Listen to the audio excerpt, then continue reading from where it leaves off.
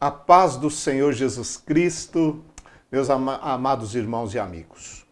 Vamos fazer o comentário de mais uma de nossas lições da nossa Escola Bíblica Dominical. Desta vez, a lição de número 5 da classe dos adultos, lição do dia 29 de abril de 2018. Ética cristã, pena de morte e eutanásia. São esses os assuntos. Texto bíblico básico ou texto áureo, 1 Samuel 2:6. O Senhor é o que tira a vida e a dá, faz descer a sepultura e faz tornar a subir dela.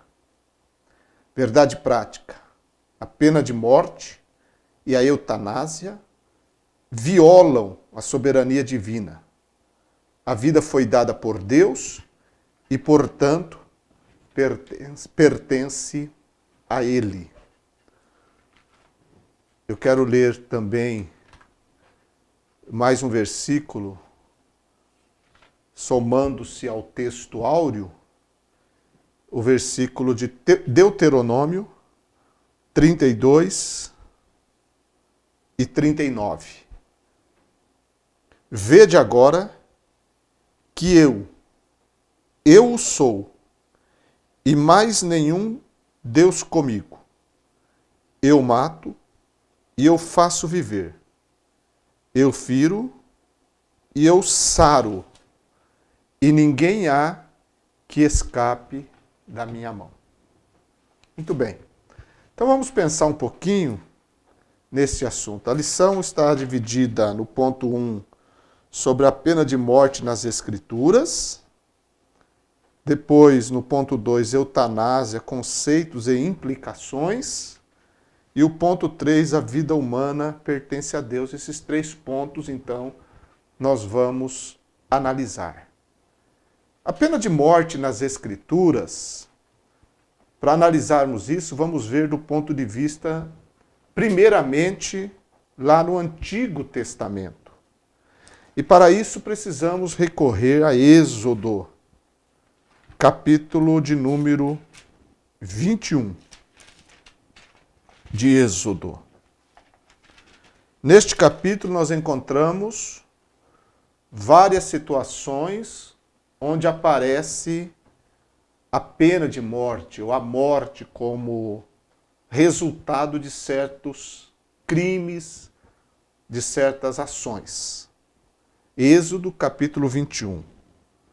No verso 12, diz: quem ferir alguém que morra, ele também certamente morrerá.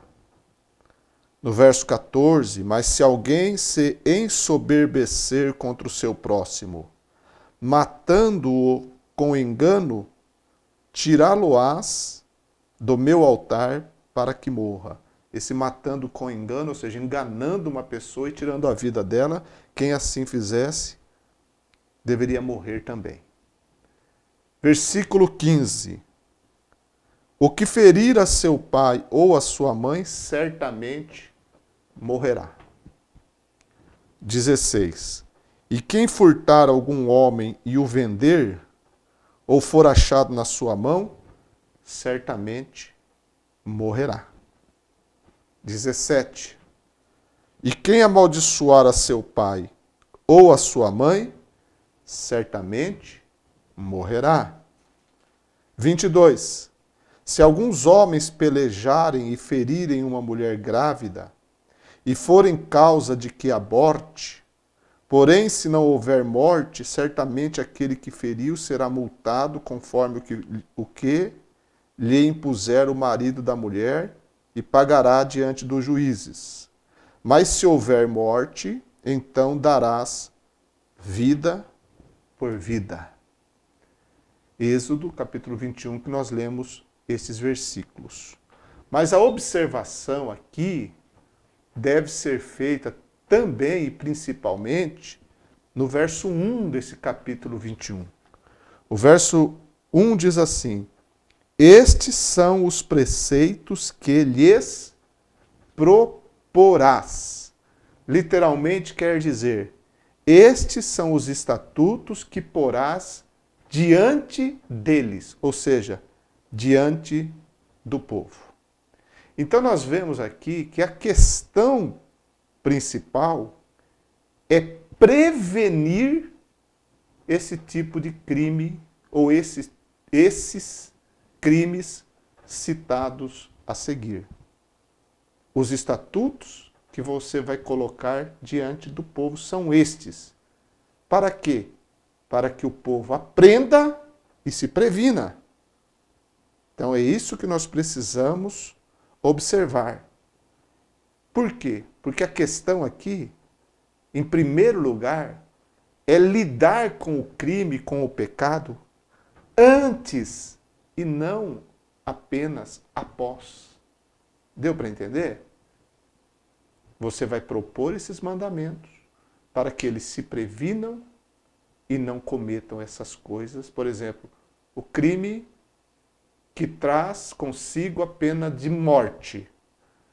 Você coloca isso diante do povo para que ele se previna.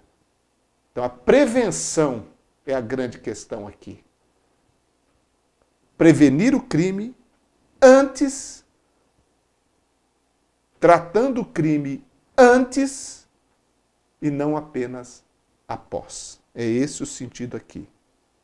E quando a gente vai ver no Antigo Testamento, no meio do povo de Israel, este é um princípio que estava estabelecido na lei.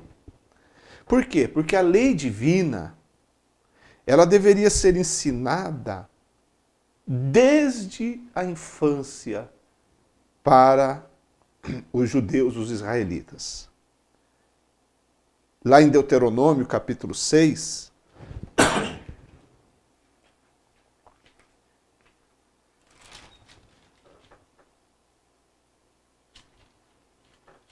versículos 1 a 9, está escrito: Estes, pois, são os mandamentos, os estatutos e os juízos que mandou o Senhor vosso Deus para se vos ensinar. Ensinar. Então o foco que a gente tem que dar no Antigo Testamento com relação à pena de morte não é a pena em si, porque a lei ela está trazendo estatutos para que as pessoas não cometessem crimes de qualquer ordem e pecado, e aqueles também que incorressem ou resultassem em pena de morte. A questão primeira é didática, é o ensino, é a prevenção. Para que os fizesseis na terra que passais a possuir, para que temas ao Senhor teu Deus e guarde todos os seus estatutos e mandamentos, que eu te ordeno, tu e teu filho, e o filho de teu filho, todos os dias da tua vida, e que teus dias sejam prolongados. E aí vai falar sobre o amar a Deus, né? Ouve, ó Israel, o Senhor teu Deus, o Senhor nosso Deus é o único Senhor. Verso 5 vai dizer, amarás o Senhor teu Deus de todo o teu coração e de toda a tua alma e de todo o teu poder.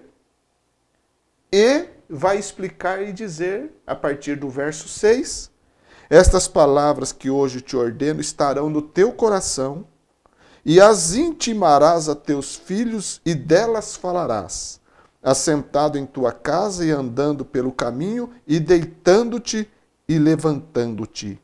Também as atarás por sinal na tua mão e te serão por testeiras entre os teus olhos, e as escreverá nos umbrais da tua casa e nas tuas portas. Então o mandamento deveria ser transmitido aos filhos desde a infância, deveria ser amplamente disseminado na casa. Isso então é o princípio que a gente encontra no Antigo Testamento. E com relação à pena de morte, é esse mesmo princípio. Não é a punição pela punição. Nós não devemos olhar a lei simplesmente como a lei que manda e que permite a pena de morte. mas a lei que traz o ensino para ser ensinado, para ser repassado, para ser massivamente ensinado, para que a criança, o jovem, o homem judeu, a mulher, pudesse não incorrer nos crimes dessa natureza. E, claro, também os outros, né? Então essa era a situação lá no Antigo Testamento. Mas apenas para a gente ter uma visão um pouco mais dinâmica ou ampla, nós temos hoje, nos dias atuais, a questão da pena de morte em Israel. Em Israel. No dia 3 de janeiro de 2018, o parlamento de Israel, agora vamos falar sobre a pena de morte em Israel hoje, nós vimos no Antigo Testamento como que a coisa funcionava. Mas no Israel de hoje, o parlamento de Israel aprovou nesta quarta-feira, 3 de janeiro de 2018, em sessão preliminar, um projeto de lei que permitirá aplicar a pena de morte para condenados por terrorismo. Após um intenso debate, o parlamento aprovou com 52 votos a favor e 49 contra, foi bem apertado, uma emenda ao Código Penal apresentada pelo Israel Beitenu, que é o partido de defesa do país.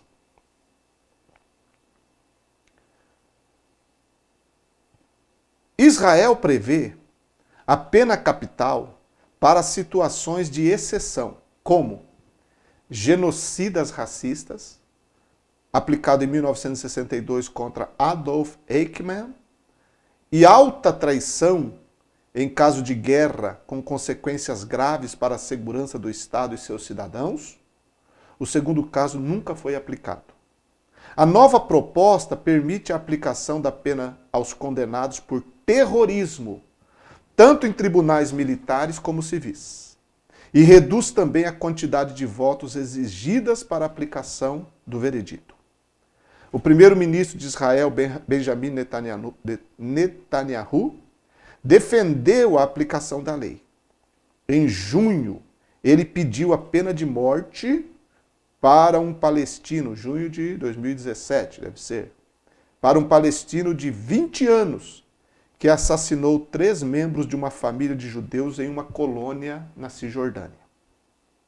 Digo que há casos extremos, quando as pessoas fazem ataques terríveis, elas não merecem viver, disse o primeiro-ministro durante a leitura da proposta no parlamento. Netanyahu explicou que levará o projeto ainda em fase inicial para ser debatido no Conselho de Ministros.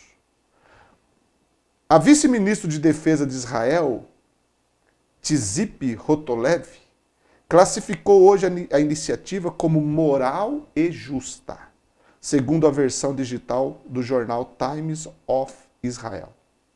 Por outro lado, deputados da oposição criticam a proposta e alertaram que ela servirá para glorificar os agressores. A delegação da União Europeia em Israel questionou a medida e ressaltou que há uma tendência mundial para a abolição da pena de morte em todo o mundo. A pena de morte é incompatível com a dignidade humana, constitui um tratamento desumano e degradante, não tem nenhum efeito dissuasório comprovado e permite que erros judiciais cheguem a ser irreversíveis e fatais, alertou a delegação da União Europeia em Israel. Então essa é a situação com relação à pena de morte em Israel hoje. Agora, a pena de morte no Antigo Testamento, ou no Novo Testamento. O Antigo nós já vimos. No Novo Testamento, o versículo usado na nossa lição, e é o que nós também vamos ler, é em Romanos capítulo 13, quando Paulo fala das autoridades. O versículo 1 até o versículo 4.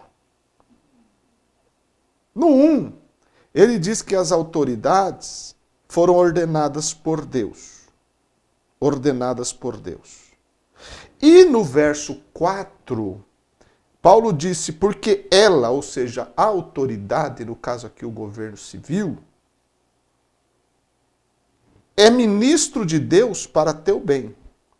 Mas se fizeres o mal, teme, pois não traz debalde a espada, porque é ministro de Deus e vingador para castigar o que faz mal. Não traz debalde a espada. O que quer dizer esse traz debalde a espada? Trazer a espada é carregar e usar armas. Isso implica o direito de realizar punição capital, ou seja, pena de morte, nos malfeitores, pois as espadas eram usadas para tirar a vida das pessoas. O fato de Deus autorizar que autoridades, como os seus ministros, servos, usem a força a ponto de tirar a vida humana, não contradiz o mandamento de Êxodo 20, versículo 3, não matarás. A palavra nesse mandamento refere-se a assassinato criminoso. Assassinato criminoso. Outra expressão que Paulo usa no versículo 4 é vingador, referindo-se à autoridade que traz a espada, ele chama de vingador. Essa palavra vingador quer dizer que algumas vezes a ira de Deus é levada a cabo através do governo civil, quando este pune os malfeitores. Essas informações que eu passei para você sobre trazer a espada e a palavra vingadores foi extraída da Bíblia de Estudo Plenitude. Na nossa lição, o comentarista afirma que neste versículo, ou seja, Romanos 13, 4, Paulo apenas reconhece a existência da lei como dispositivo punitivo. E é verdade, ele apenas está reconhecendo, ele não está ensinando, legislando, nem autorizando, nada disso. Porque não há no Novo Testamento qualquer texto que ordene ou incentive a pena de morte. Não há. Não há. Tá bem? Então essas são as nossas reflexões com relação à pena de morte. E a eutanásia? A eutanásia é uma palavra que significa boa morte. Morte piedosa. Morte tranquila. É o ato de matar o doente para não prolongar o grave quadro de seu sofrimento e também de seus familiares. Um outro conceito de eutanásia é a deliberação de antecipar a morte do doente, irreversível ou terminal, a pedido seu ou de seus familiares, ante o fato da incurabilidade de sua moléstia, veja, diante do fato da incurabilidade da moléstia, da insuportabilidade do seu sofrimento e da inutilidade do seu tratamento. Então, essa é uma outra definição de eutanásia. Então, diante de um quadro que não está sendo possível mais tratar do ponto de vista que não vai ter resultados positivos, então é permitido em alguns países, em alguns lugares, que o doente, então, peça para ser morto ou a família, então, autorize isso. Agora, essas três palavras que aparecem aqui, incurabilidade, insuportabilidade e inutilidade, pensemos isso à luz da palavra de Deus. Incurabilidade quer dizer doença incurável. Não tem cura. Mas Deus não pode curar. À luz da Bíblia Sagrada, Deus pode curar qualquer enfermidade. Para Deus, não tem doença incurável. É claro que pessoas morrem porque Deus não cura todos os doentes. Mas Deus pode curar todas as enfermidades. A insuportabilidade é quando a pessoa já não suporta mais o sofrimento. Mas quando a gente vai para a Bíblia, a gente vê o exemplo de Jó, que suportou terríveis sofrimentos na sua alma e no seu corpo. Terríveis sofrimentos. Ele suportou, sem dúvida, Deus dá graça para que, quando um servo dele enfrenta situações terríveis de doença, ele possa suportar com a graça de Deus. Até a Bíblia diz que Deus afofa o nosso leito no tempo da enfermidade. Então, o Espírito Santo não abandona um crente quando ele está enfrentando a enfermidade, porque a Bíblia diz também que Deus não deixa a gente passar por situações, até tentações, mas a gente pode entender isso no sentido mais amplo, que é maior do que nós podemos suportar. Deus sempre dá um escape. Então nós cremos que, mesmo que um crente tenha que passar por uma situação de uma enfermidade incurável e passar por um tratamento que às vezes não está dando resultado, que não vai dar resultado, mas durante esse período o Espírito Santo, sem dúvida, vai estar com essa pessoa e vai dar graça a ele para ele suportar. E por último fala da inutilidade para justificar a eutanásia. Então, a inutilidade quer dizer sem serventia, que não acarreta resultados. Ou seja, aquilo que está sendo administrado ao paciente não está tendo serventia nenhuma. Agora, nós aprendemos na Bíblia que, quando os recursos humanos falham, os de Deus não falham. Lá em Lucas, capítulo 8, versículo 43, diz de uma mulher que tinha um fluxo de sangue havia 12 anos e gastara com os médicos todos os seus haveres e por nenhum pudera ser curada. Ou seja, foi aqui a inutilidade. Não estava tendo serventia nenhuma. Versículo 44. Diz que chegando por trás dele, ou seja, a mulher chegando por trás de Jesus, é o que o contexto mostra, tocou na orla da sua veste e logo estancou o fluxo do seu sangue. Então, quando os recursos humanos falham, os de Deus não falham e não falharão jamais. Alguns países do mundo que permitem a eutanásia: Uruguai, Holanda, Bélgica, Colômbia, Estados Unidos, dependendo dos estados, e Suíça. São alguns países do mundo que permitem a eutanásia.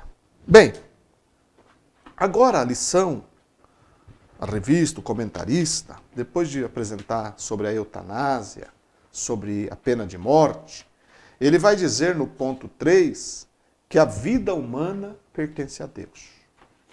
E nesse tópico eu gostaria de aplicar 3 palavras gregas que aparecem na Bíblia, aparecem outras, mas 3 palavras do grego, cuja língua é original, foi escrita a palavra de Deus, o grego. A palavra vida, ela tem algumas palavras no grego para se referir a ela. Uma delas é a palavra bios, por isso que biologia. Bios. Essa palavra bios é usada no Novo Testamento como vida biológica, movimento, duração de tempo de um ser.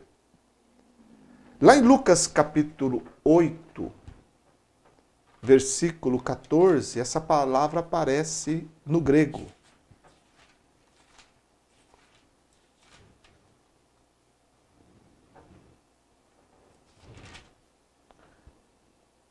E a que caiu entre espinhos, esses são os que ouviram, e indo por diante, são sufocados com os cuidados e riquezas e deleites da vida, e não dão fruto com perfeição. Então essa palavra vida que aparece aqui no grego é bios, vida biológica, vida física, vida material. Vida material. Já existe uma outra palavra também que é zoe. Z-O-E. Zoe. Essa palavra indica a vida não material. Não material. No Novo Testamento, a palavra é usada para indicar certa qualidade de vida. A vida derivada de Deus que se torna possessão daqueles que recebem a vida eterna, a salvação em Cristo Jesus. Mateus, capítulo 7, versículo 14. E porque estreita é a porta, e apertado o caminho que leva à vida, e poucos há que a encontram. Então, a palavra vida aqui, porque o nosso português é só vida. O grego não. Lá, bios, a palavra bios, que é traduzida por vida, em Lucas 8,14, refere-se à vida física, o tempo de duração, a vida biológica.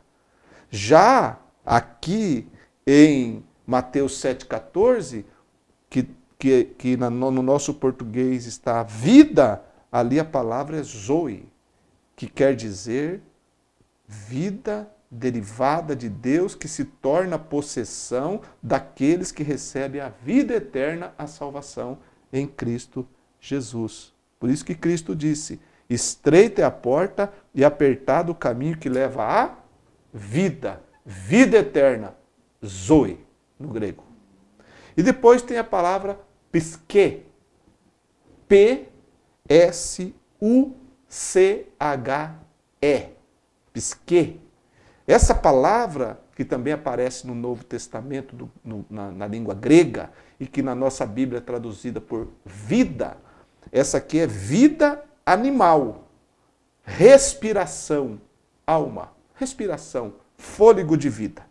Mateus, capítulo 2, versículo 20.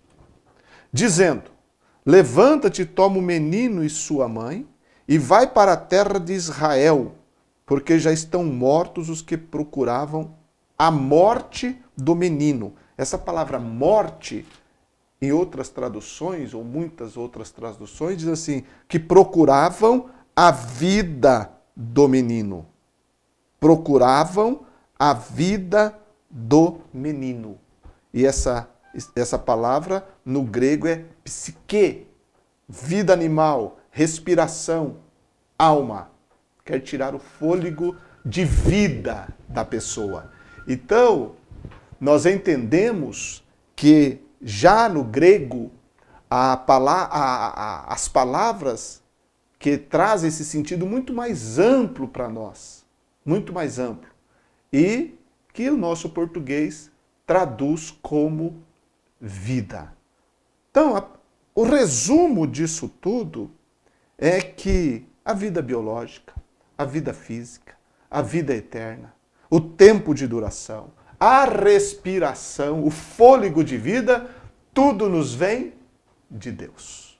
E, portanto, como o texto áureo mostrou claramente, Deus tem o controle e Deus tem o domínio disso tudo. Ele tem. E só Ele tem o direito de dar e o direito de tirar.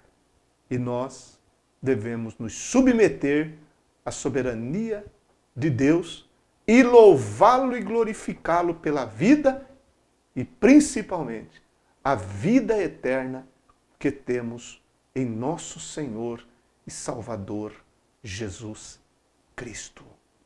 E entender que enquanto o ser humano respirar na face da terra, tiver o fôlego de vida, ele pode se arrepender dos seus pecados e ter a vida eterna em Jesus, nosso Senhor.